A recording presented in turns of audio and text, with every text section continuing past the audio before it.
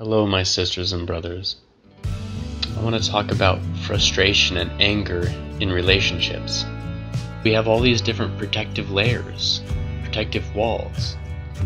And so as painful as it feels, there might not be any better way of growing, of being pushed to our greater, more capable, more peaceful self than through the trials and tribulations of a relationship.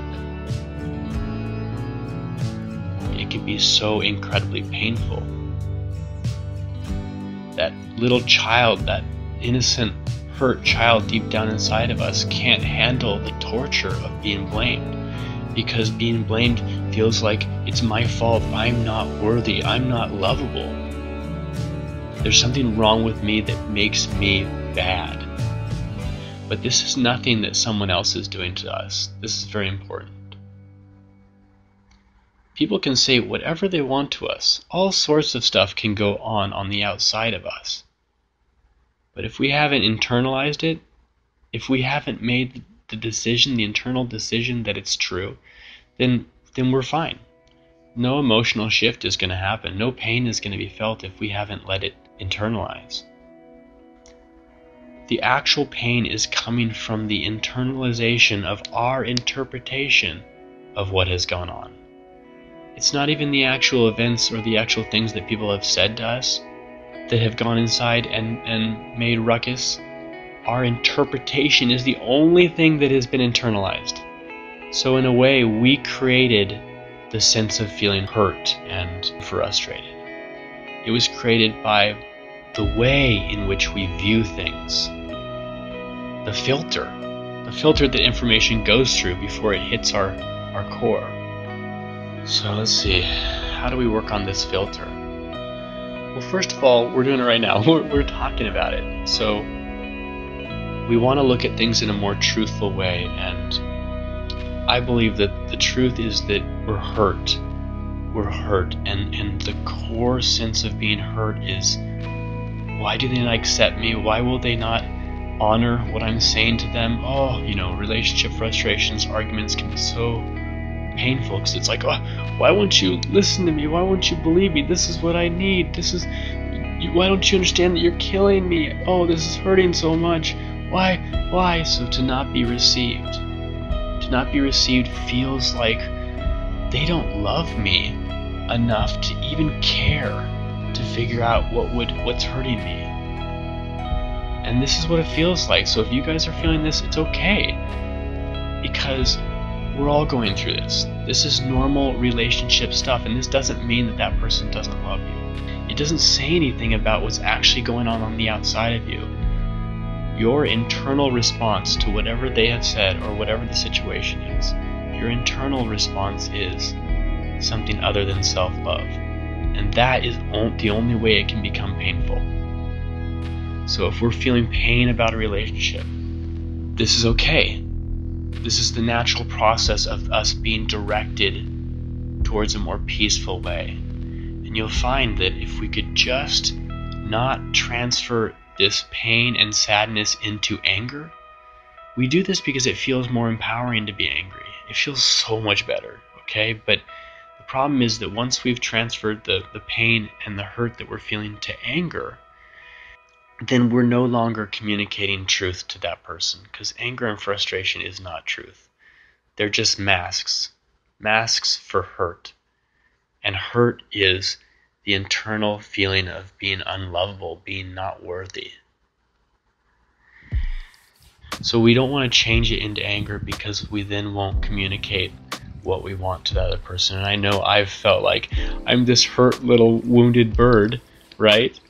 But my partner is seeing a monster that I don't even know is there, because I'm feeling hurt. And so then when I see the look in her eyes that she's looking at a monster, that's even more painful, to have someone look at you with disgust. But they're not actually looking at you with disgust. They're looking at the horrible mask you're wearing with disgust. So in a way, our partners are these divine teaching mechanisms where they let us know what our monster mask looks like, reflected through their eyes. When we're hurt, it's so easy to not notice what hurts another person. And so this compiles the issues. It makes it so much worse. So one thing that I've had to learn in my relationship is that it's okay to take a breather, because it's almost pointless to talk while angry. The information won't get transferred correctly. It won't happen. It's not possible. And it turns out that she's heard everything. She's heard everything that I want to say, but it is so important to her that I maintain calmness with her, because anger hurts her. I need to notice that if I want a particular reaction from my partner, or my husband or my wife, that I need to honor what it is that's extremely important for them. And I've noticed with my wife is that if I just do those few things that she really needs me to do in argument situations, she just immediately does the things that I want. She knew what I wanted the whole time. It's important for me not to look at it as she's intentionally holding what I need from me, because that would be overlooking how important it is to her that I honor what hurts her. So when she sees that I honor the things that hurt her, she immediately responds in the way that I had been asking her to. And I am a better person because of it. I'm a more powerful person, more peaceful person, more good to myself. So as painful as this can be, our partners are these divine teaching mechanisms. So let's forgive ourselves for getting upset, for being frustrated. Let's forgive ourselves for saying maybe mean things. If we can forgive ourselves for doing those things, that is our best chance at changing those ways. Those frustrated, angry responses to situations come out of non-self-acceptance, non-self-forgiveness. When we don't forgive ourselves, it layers on resentment, self-resentment. And this self-resentment is the fuel for the fire in argumentation. If we aren't resenting ourselves already, the things another person says to us, they can't hurt us. We don't misinterpret them. We understand exactly what they mean, and we're able to accommodate it. But when we have self-loathing and we're hurt inside, and we're not willing to acknowledge it because we want to be strong, then we blow up. Then we can't handle subtle innuendos. Then we start seeing all sorts of little underlining meanings that aren't really there. And this makes arguments go crazy. And I just wanted to talk with you guys. This is something that I'm always working through, and let me know what you think. Put any comments down here below. I was trying to talk in a sort of universal sort of way, but I know I was probably just describing, my relationship and the relationships of people that I know. In many ways, I feel like I don't have the normal relationship, but it's probably more normal than I think.